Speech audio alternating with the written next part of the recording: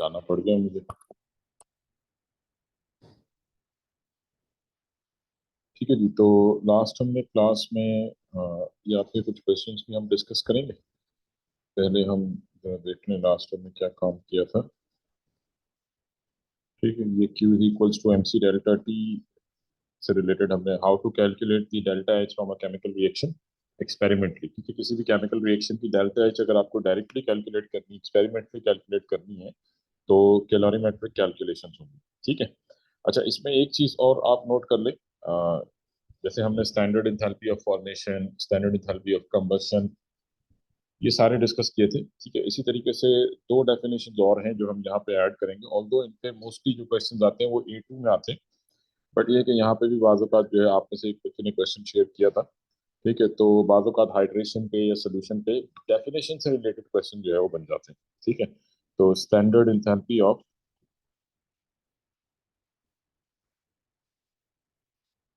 Solution,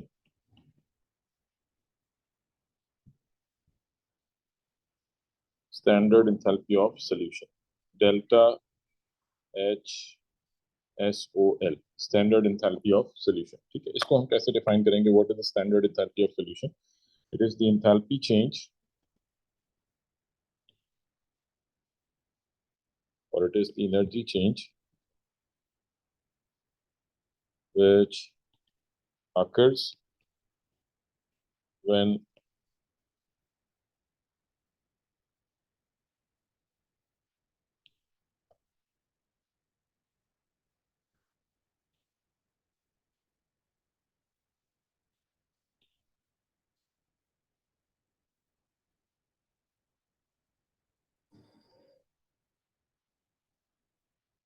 ठीक है जी, तो it is the enthalpy change which occurs when 1 mole of an ionic substance dissolves in water to give an infinitely dilute solution.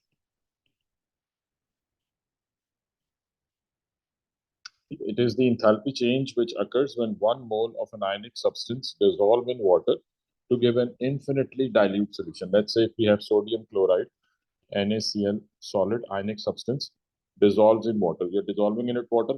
तो जब आप किसी भी आयनिक सॉलिड को वाटर में ऐड करेंगे तो there will be some sort of energy change, या तो टेम्परेचर बढ़ेगा या टेम्परेचर कम होगा।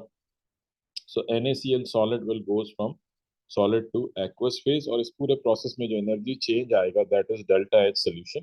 ठीक है, ये सोल्यूशन कहलाएगा। अब इसमें एक चीज जो अगर आप देखें, हम करेंगे जी to give an infinitely dilute solution, infinitely dilute solution. Now, what is infinitely dilute solution? क्या आप कहेंगे आपने मतलब to add NaCl in such large amount of water, क्या मजीद अगर आप वाटर ऐड करते भी हैं तो एनर्जी पे कोई डिफरेंस नहीं आएगा। ठीक है, ये सिंपल आप कह लें infinitely dilute solution means highly dilute solution. Just अगर हम इसको आसान लफ्जों में कहें, so this is highly dilute solution। ठीक है, तो energy change which occurs when 1 mole of an ionic solid dissolves in water to give a highly dilute solution और to give an infinitely dilute solution, तो जो भी energy change आएगा that is called delta H solution. So let's say if calcium chloride dissolves in water to give calcium chloride aqueous, so this is delta H solution of calcium chloride. Or if we say silver nitrate solid dissolves in water, अच्छा aqueous को हम यूं भी लिख सकते हैं silver ion AQ plus nitrate ion. ठीक है, बिकॉज जब एक्वस फॉर्म में जाएगा तो आयंस ब्रेक हो जाएंगे। So this is delta H solution of silver nitrate. ठीक है जी, क्लियर है बेटा? ये इसमें कोई कंफ्यूजन कि what is delta H solution? It could be positive और नेगेटिव, ये दोनों ही हो सकते हैं। पॉजिटिव भी हो सकती है, नेगेटिव भी हो सकती है। Delta H solution could be positive or negative. Some ionic solid when dissolves in water releases energy, some absorb energy. So it could be positive और negative.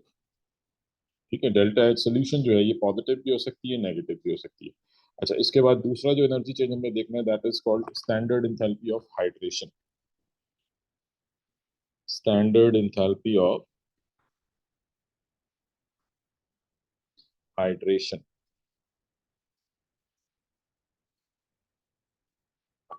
Standard enthalpy of hydration. बेटा एक minute hold कीजिए।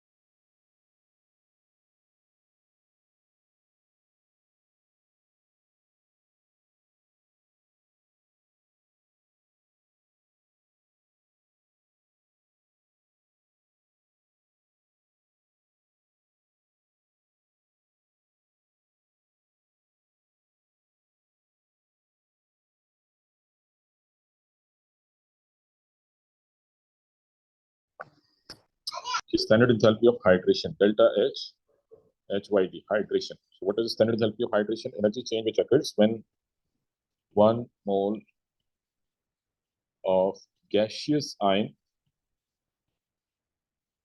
dissolves in water,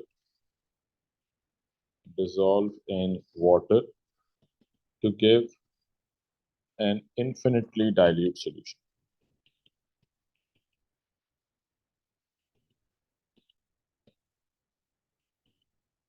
Because it is the energy change which occurs when 1 mole of gaseous ion dissolves in water. So let's say if we have sodium ion, Na plus gaseous dissolved in water to give Na plus AQ. तो जो amount of energy change आएगा delta H, this is delta H hydration of sodium ion. ठीक है. और let's say Cl minus gaseous ion dissolves in water to give Cl minus aqueous. तो ये क्या कहलाएगी? This is delta H hydration of chloride ion. ठीक है. तो standard enthalpy of hydration क्या है? कि energy change which occurs when 1 mole of gaseous ion dissolves in water to give an infinitely dilute solution. This is delta H solution. ठीक. And this is always negative. Delta H hydration, delta H hydration will always be negative. ये हमेशा negative होगी. उसकी वजह क्या है कि जब आप गैसियस आयन को वाटर में डिसॉल्व कर रहे हैं, मान लें ये हमारे पास बीकर है, इसमें वाटर मौजूद है. ठीक है. तो let's say this is water and we know कि water itself is polar in nature. तो ये वाटर मॉलिक्यूल है. Oxygen partial negative, hydrogen partial positive. ये एक दूसरा वाटर मॉलिक्यूल है. ठीक है जी. So when we add a gaseous ion in water, let's say if we add sodium ion Na plus, तो वाटर का जो नेगेटिव पार्ट है ये इसकी तरफ अट्रैक्ट होगा. ठीक है. तो ये क्योंकि अनलाइक चार्जेस के दरमियान अट्रैक्शन है, this is ion dipole attraction. We call it ion dipole attraction. यानी वाटर मॉलिक्यूल और गैसियस आयन के दरमियान जो अट्रैक्शन डेवलप होगी, this is called ion dipole attraction. So that's why energy will be released. So delta H hydration will always be negative as it is attraction between oppositely charged particles. Ji clear है बेटा? ये तो solution positive भी हो सकती है, negative भी हो सकती है, बट हाइड्रेशन हमेशा नेगेटिव होगी. क्लियर?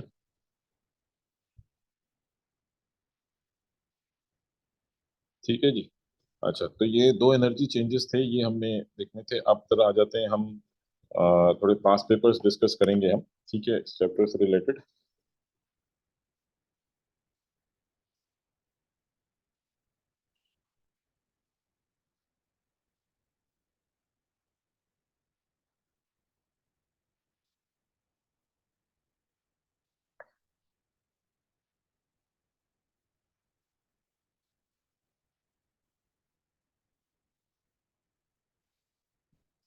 अच्छा बेटा अरीबा, आपने कुछ क्वेश्चन शेयर किए थे, बट मैं ये क्वेश्चन सॉल्व करूंगा तो उससे काफी हद तक आपको आइडिया हो जाएगा. ठीक है. आई थिंक कि फिर आप वो क्वेश्चन खुद से भी सॉल्व कर लेंगे. नहीं भी होगा तो फिर हम उसको डिस्कस कर लेंगे, देखेंगे.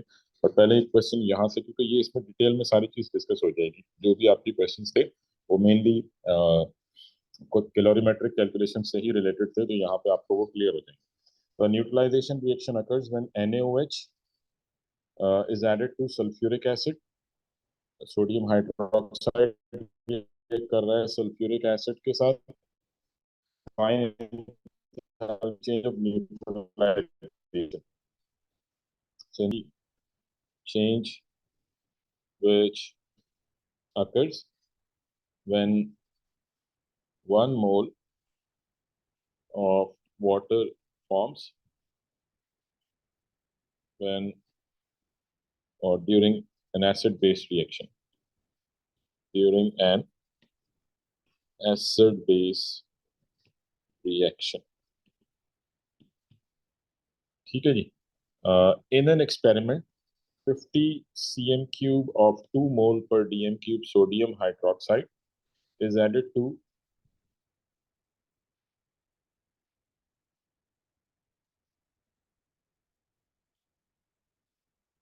in an experiment 50 cm cube of 2 mole per dm cube sodium hydroxide is added to 60 cm cube of 1 mole per dm cube sulfuric acid.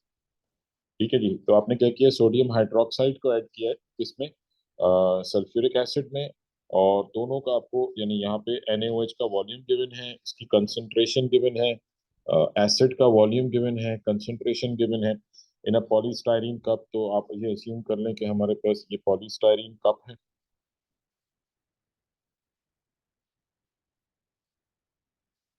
ठीक है जी, ये पॉलीस्टाइरीन कप है, और इसमें पहले से क्या मौजूद है, NaOH is added. NaOH is added, तो that means कि initially we have sulfuric acid present.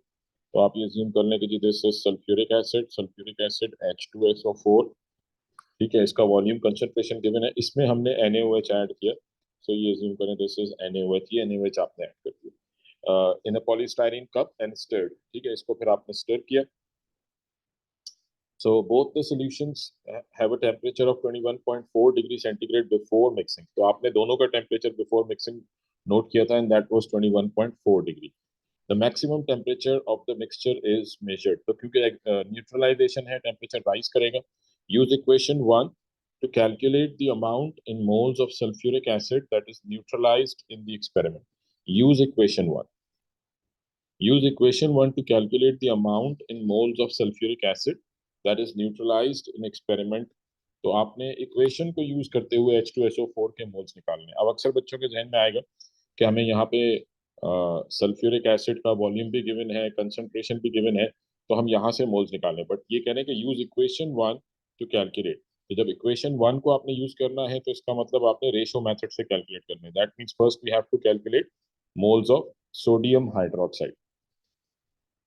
So moles of sodium hydroxide would be equal to concentration into volume, which is 2 into volume is 50 divided by 1000. ठीक है, तो ये क्या answer आ रहा है, 50 divided by 1000 is 0.05. 50 divided by 1000, 0.05 multiply by 2 is 0.1. So moles of NaOH 0.1. Now by using equation NaOH का और H2SO4 का रेशियो क्या है, 2:1 का रेशियो है. ठीक है, so that means moles of H2SO4 is equals to half of moles of sodium hydroxide. ऐसे ही NaOH के जो भी मोल्स आएंगे H2SO4 के मोल्स उसके हाफ होंगे, तो 0.1 का हाफ कर दें. 0.1 का हाफ क्या हो जाएगा, 0.05. 0.1 divided by 2 that is equals to 0.05. जी बेटा, ये क्लियर है, इसमें किसी को कोई confusion?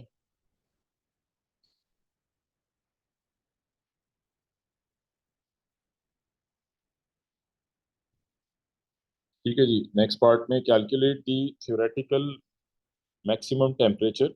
Calculate the theoretical maximum temperature of the mixture in this experiment. Assume that enthalpy change of neutralization, delta H neutralization of NaOH and H2SO4 is minus 57.1 kilojoules per mole. Full dissociation of H2SO4. Specific heat capacity of the final solution is 4.18, which is the value of C for water. 1 cm cube of the final solution has a mass of 1 gram. ये हमने कल भी discuss किया था. There is no heat loss in the surrounding, and the experiment take place at constant pressure. Show your working. So what we have to do, we have to calculate the theoretical maximum temperature. और theoretical maximum temperature कैसे find करेंगे हम? सबसे पहले हम Q is equals to M C delta T, ठीक है।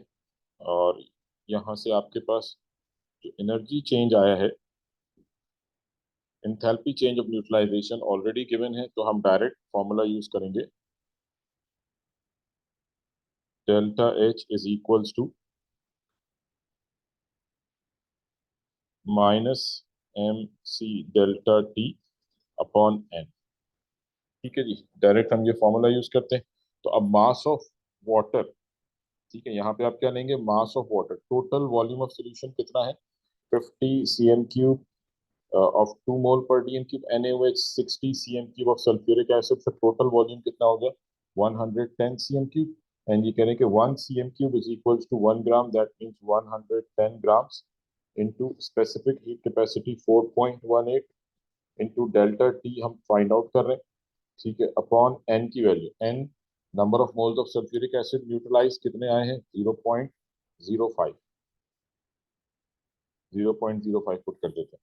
और डेल्टा एच कितनी गिवन है? -57.1, ठीक है, -57.1। अब इसको हम सॉल्व कर लेते हैं। सो -57.1 और ये माइनस ये कैंसिल आउट हो जाएंगे, ठीक है। तो 57.1 multiply by 0.05 is 2.855 upon 110 into 4.18, 459.8।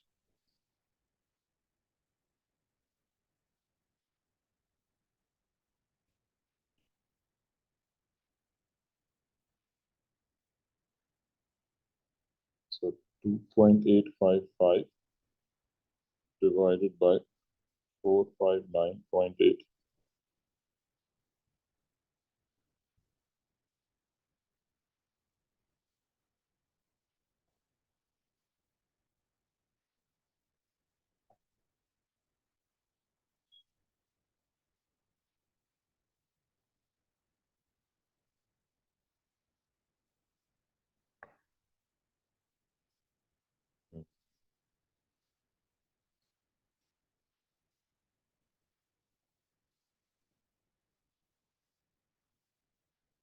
Sorry, इसको 1000 से मल्टीप्लाई भी करना है हमें, क्योंकि यहाँ पे जो डेल्टा आप क्यू की वैल्यू जो कैलकुलेट करते हैं वो जूल्स में आती है। सॉरी, यहाँ पे हम इसको 1000 से मल्टीप्लाई भी करेंगे।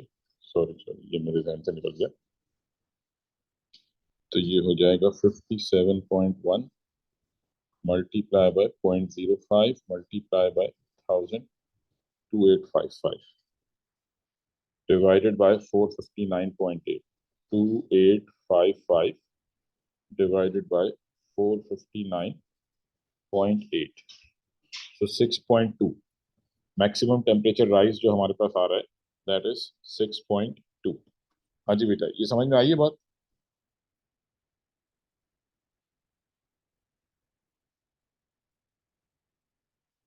जी, बाकी सबको क्लियर हुआ है ये?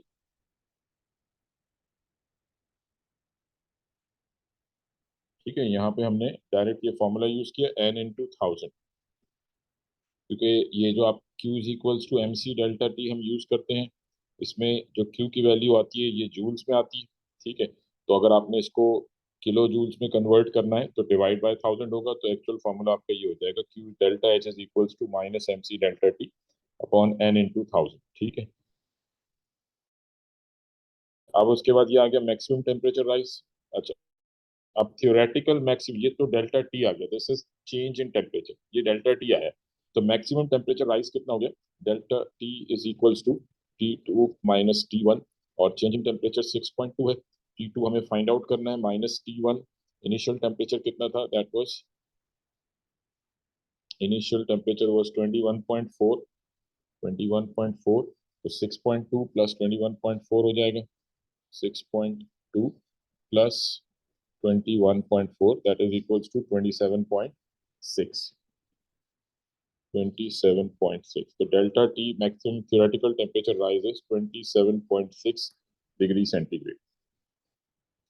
ठीक है, the enthalpy change of neutralization of ethanoic acid in NaOH is this. क्या कंप्लीट द फॉलोइंग इक्वेशन। तो ये खैर ऑर्गेनिक का रिएक्शन है, तो वी गेट CH3COONA+H2O। ठीक है, values for the enthalpy change of neutralization are shown in table 3.1. So when NaOH reacts with hydrochloric acid, the enthalpy change is minus 57.1, and when NaOH reacts with ethanoic acid, the enthalpy change is minus 55.2. ठीक है, suggest why the value for the delta H neutralization of the weak acid reacting with NaOH is different to the value obtained using the strong acid. Assume that the values are determined under the same conditions. तो क्योंकि weak acid है तो due to partial ionization strong acid completely ionize होगा, weak acid partially ionize होगा। ठीक है, तो ये जो हम वैल्यू कैलकुलेट करते हैं, यानी अगर हमने पहले भी ये डिस्कस कर चुके हैं हम थ्योरी क्लास में कि H plus ions when react with OH ions, ठीक है, if H ions are coming from strong acid and OH ions are coming from strong base, तो वाटर बनेगा H2O and delta H of neutralization will always be minus 57.1। ये fix value, ठीक है। But अगर suppose H ion जो है वो weak acid से आ रहे हैं, वीक एसिड से आ रहे हैं, तो पार्शियली आयोनाइज होगा, तो इसका मतलब आपके पास जितना एनर्जी चेंज आना चाहिए उतना एनर्जी चेंज नहीं आएगा। तो रीजन क्या हो जाएगा, as ethanoic acid is ethanoic acid partially ionizes, CH3COOH partially ionizes, releases less H plus ions। ठीक है, हाँ जी, क्लियर है ये बात।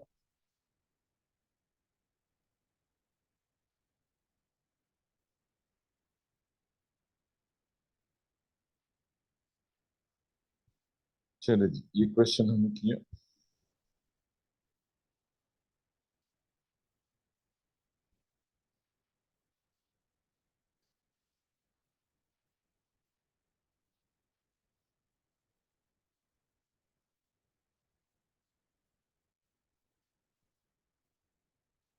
अच्छा, अब ये एक रिएक्शन है, ये क्वेश्चन हम करेंगे।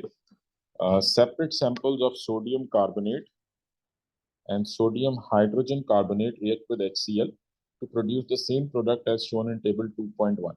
ठीक है, तो दो रिएक्शंस हैं। सोडियम कार्बोनेट को आपने रिएक्ट किया हाइड्रोक्लोरिक एसिड से, फिर सोडियम हाइड्रोजन कार्बोनेट को रिएक्ट किया HCl से। ठीक है, एक की डेल्टा एच आपको दे दी गई है, डेल्टा H2 गिवन है, डेल्टा H1 नहीं। Complete the reaction pathway diagram in figure 2.1 for reaction 2। Reaction 2 की पाथवे डायग्राम बनानी है।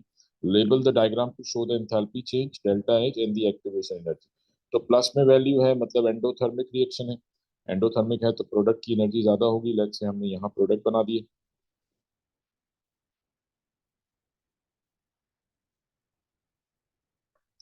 ठीक है जी, तो this is product NaCl plus water plus carbon dioxide.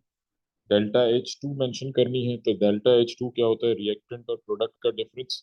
So let's say this is delta H2 and activation energy, maximum energy, this is activation energy. ठीक है, ये diagram बनी, क्लियर है बेटा ये, इसमें कोई सवाल।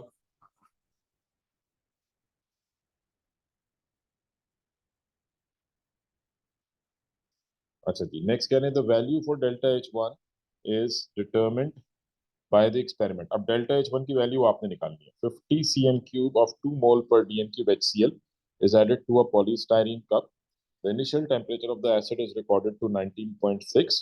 0.04 mole of sodium carbonate is added and the mixture is stirred. All the solid sodium carbonate disappears in a colorless solution. तो sodium carbonate disappear हो गया, that means sodium carbonate is the limiting reagent, तो हम इसके moles use करेंगे। The maximum temperature recorded during the reaction is 26.2. This is the maximum temperature. Describe one other observation that shows the reaction is complete। हाँ जी बेटा, एक तो ये कह रहे हैं कि सॉलिड डिसअपियर हो गया, एक और ऑब्जर्वेशन क्या होगी कि जिससे पता लगेगा कि रिएक्शन कंप्लीट हो गया। They talking about reaction 1। आप में से कोई बताएगा। बबल्स बंद हो जाएंगे बनना। जी, बबल फॉर्मेशन, क्योंकि कार्बन डाइऑक्साइड गैस बन रही है तो बबल फॉर्मेशन स्टॉप और फिजिंग स्टॉप। ठीक है, तो fizzing stop. Next part, calculate the value of delta H1 in kilojoules per mole. Assume the specific heat capacity of the reaction mixture is the same for water and no heat is lost to the surrounding. That means specific heat capacity आपने वही लेनी है 4.18। Show you work. चलें, ये आपने खुद से calculate करनी है। डेल्टा H1 कैलकुलेट करें आप। ये डेटा गिवन है, ये यूज करते हुए आपने डेल्टा H1 कैलकुलेट करना है।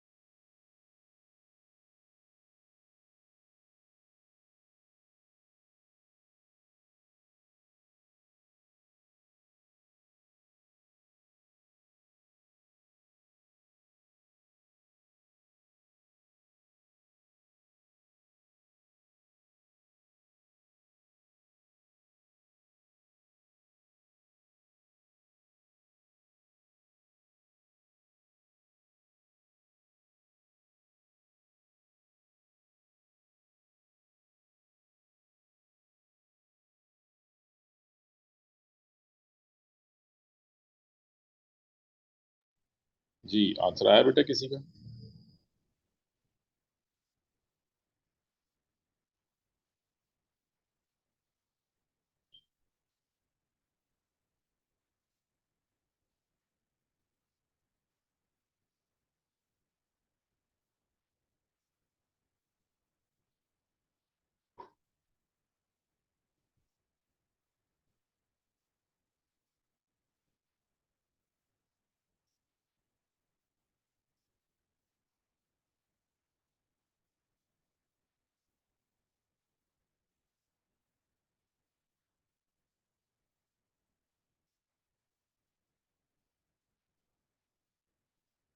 बेटा सी की वैल्यू 4.18, वो यही लेनी है आपने, हमेशा वाटर की वैल्यू लेनी है। वो गिवन होती है क्वेश्चन के पेपर के एंड पे, जो है वो मेंशन होती है 4.18।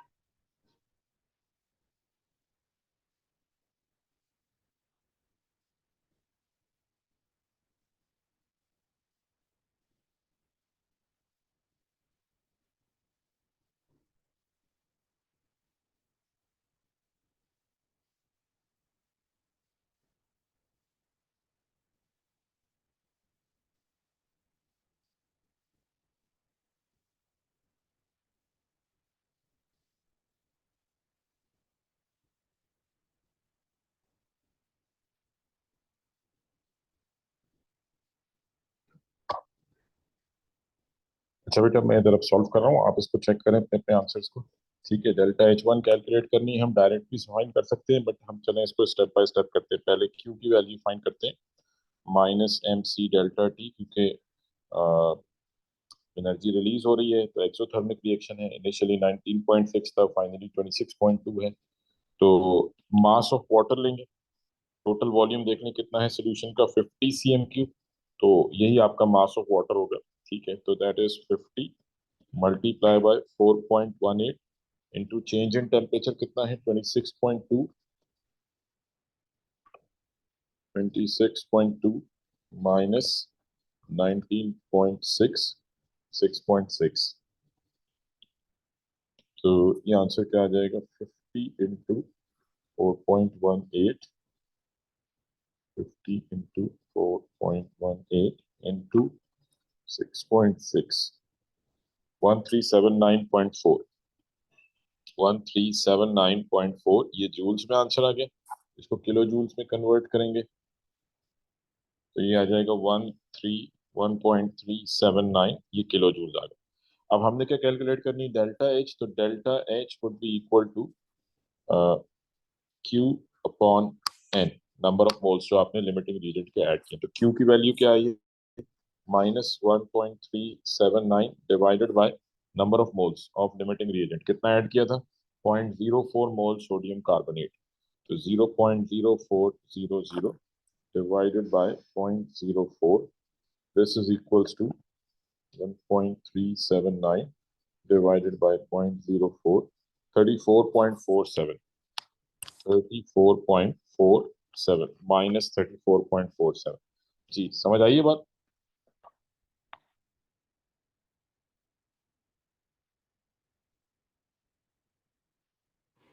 सर सर आपने मास में उसका वॉल्यूम लिया है वाटर का?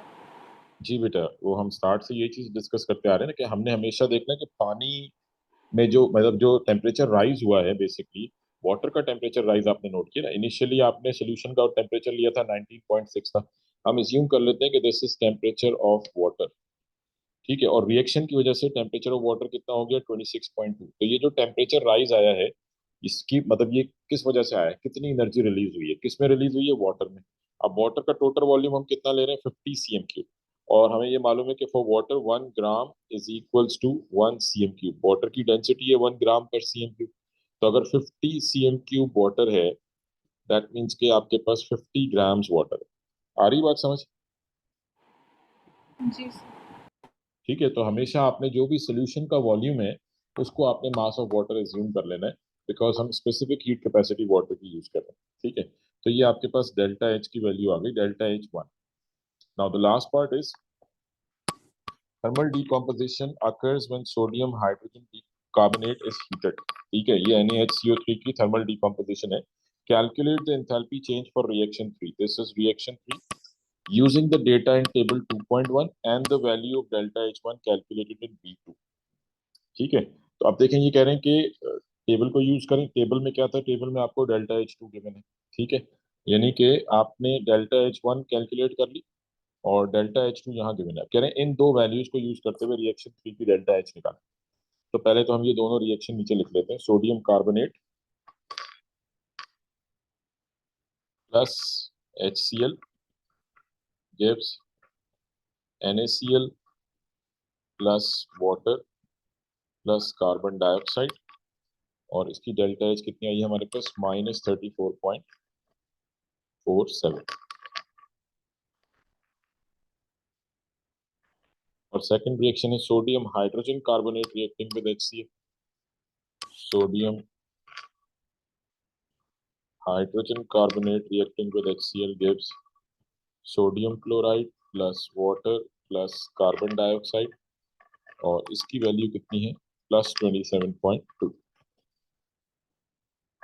ठीक है, तो ये हमने फाइंड आउट की है, ये वैल्यू हमने फाइंड आउट की है और ये हमें टेबल से मिल गई। अब कह रहे हैं इन दो को यूज करते हुए आपने रिएक्शन थ्री की डेल्टा एच कैलकुलेट करनी है, यानी अब आपने हेसेस लॉ अप्लाई करना है कि ये दो रिएक्शंस की डेल्टा एच गिवन है और थर्ड रिएक्शन की आपने फाइंड करनी है। ठीक है, अब इसमें साइकिल भी बन सकते हैं और इसको हम डायरेक्टली एक और मेथड से भी सॉल्व कर सकते हैं कि अगर मैं इन दोनों इक्वेशंस को ऐड करता हूँ, लेट्स से ये इक्वेशन वन है, ये इक्वेशन टू है, if I add these two equations तो हमें ये रिएक्शन 3 मिलना चाहिए। ठीक है, हमें इन दोनों रिएक्शंस को इस तरह से ऐड करना है कि हमें फाइनल आंसर क्या मिले, रिएक्शन नंबर 3। अब रिएक्शन 3 में आप देखें, अब इसको समझिएगा, रिएक्शन 3 में सोडियम हाइड्रोजन कार्बोनेट कहाँ पर है, रिएक्टेंट साइड पर है, और कितने मोल्स हैं, 2 मोल्स। ठीक है, सोडियम हाइड्रोजन कार्बोनेट के 2 मोल्स। अब अगर आप इक्वेशन 1 और 2 को देखें तो इसमें सोडियम हाइड्रोजन कार्बोनेट कहाँ पे है, इक्वेशन 2 में है, बट इसके कितने मोल्स हैं, 1 मोल। ठीक है, यहाँ पे 1 मोल है, तो हम क्या करेंगे, इसको 2 मोल कर देंगे। कैसे 2 मोल कर देंगे, इसको मल्टीप्लाई बाय 2 कर देंगे, इक्वेशन 2 को मल्टीप्लाई बाय 2 कर देंगे। तो अगर इसको मल्टीप्लाई बाय 2 करते हैं तो ये हो जाएगा 2 1 2, 2HCl, 2NaCl, 2H2O, 2CO2, और जो इसकी वैल्यू है ये भी मल्टीप्लाई बाय 2 हो जाएगी। ठीक है, तो आपने सोडियम हाइड्रोजन कार्बोनेट को मल्टीप्लाई बाय 2 कर दिया। देन आप देखें सोडियम कार्बोनेट, आपकी जो इक्वेशन है जिसकी डेल्टा एच आपको फाइंड करनी है, इसमें सोडियम कार्बोनेट कहाँ पर है, प्रोडक्ट साइड पर, और कितने मोल्स हैं, 1 मोल। बट हमारे पास जो इक्वेशन सोडियम कार्बोनेट की है इसमें सोडियम कार्बोनेट 1 मोल ही है, but this is on reactant side. ठीक है, रिएक्टेंट साइड पर है। तो हम क्या करेंगे, इसको प्रोडक्ट साइड पर भेजेंगे। कैसे भेजेंगे, इस रिएक्शन को रिवर्स कर देंगे।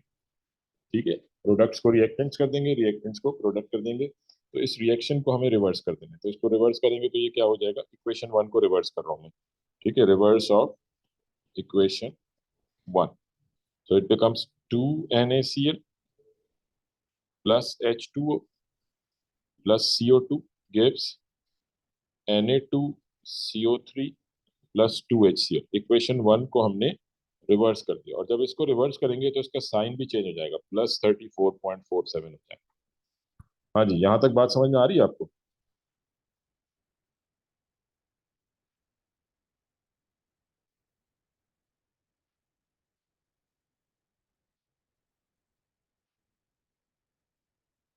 ठीक है, तो ये हमने दोनों इक्वेशंस को अपने हिसाब से, पहले हमने देखा सोडियम हाइड्रोजन कार्बोनेट के 2 मोल्स थे, तो हमने इक्वेशन टू को मल्टीप्लाई बाय 2 कर दिया।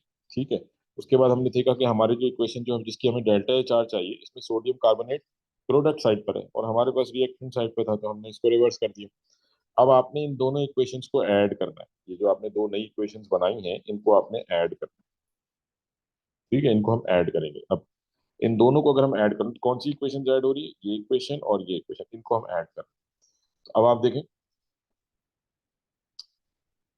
2HCl और 2HCl कैंसिल आउट हो जाएंगे, जो चीज रिएक्टेंट प्रोडक्ट साइड पर है ऑपोजिट साइड पर है कैंसिल आउट हो जाएंगे, तो HCl कैंसिल आउट हो गया, 2NaCl, 2NaCl भी कैंसिल आउट हो गया। H2O रिएक्टेंट साइड पर 2 moles of H2O, product side पर क्या बच गया, 1 mole of H2O। Carbon dioxide cancel, 1 mole of CO2 बच गया।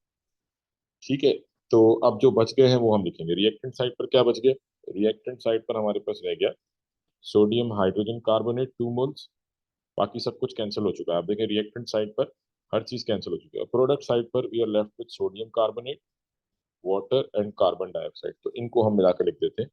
तो we are left with 2 moles of NaHCO3 gives Na2CO3 plus water plus carbon dioxide.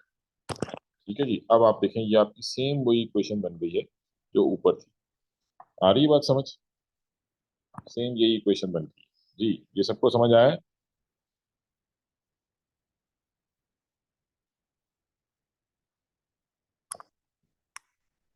ठीक है, सबको क्लियर है।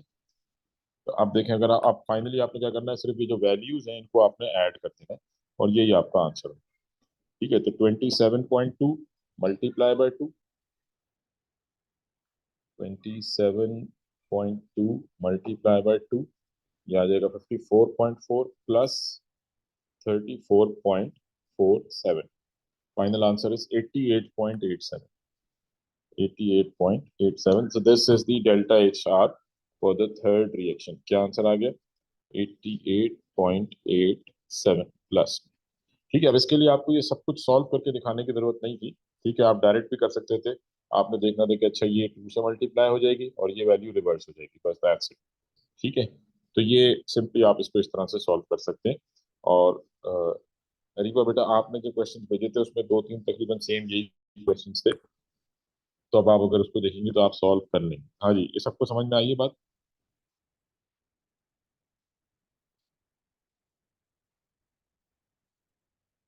ठीक है जी। तो ये हमने इसके पास पेपर्स जो हैं वो कुछ क्वेश्चन जो, अच्छा Z is a salt that contain, ये पीरियोडिसिटी से रिलेटेड है, इसको स्किप करते हैं।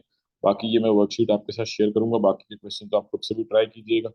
और अब तकरीबन आपसे सारे सवाल हो जाने चाहिए एनर्जेटिक्स के। स्टिल अगर कोई प्रॉब्लम आए तो फिर आप मुझे क्वेश्चन भेजिए। पहले आपने जो क्यूरीज मुझे भेजी थी अब जरा खुद से एक दफा ट्राई कीजिएगा, और फिर भी अगर प्रॉब्लम होगी तो फिर हम नेक्स्ट क्लास में देखेंगे, ठीक है? बट अब आप खुद से एक दफा उसको कोशिश कीजिएगा। तो अब इंशाल्लाह ताला सारे क्वेश्चन हो जाएंगे, और कोई प्रॉब्लम हो तो मुझे बता दीजिएगा। तो चले आज इसको हम यहीं तक रखते हैं। तो कल फिर इंशाल्लाह ताला हम न्यू चैप्टर स्टार्ट करेंगे, और जो भी आपकी क्यूरीज होंगी एनर्जेटिक्स की वो भी डिस्कस कर लेंगे, ठीक है जी? कोई सवाल बेटा इसमें?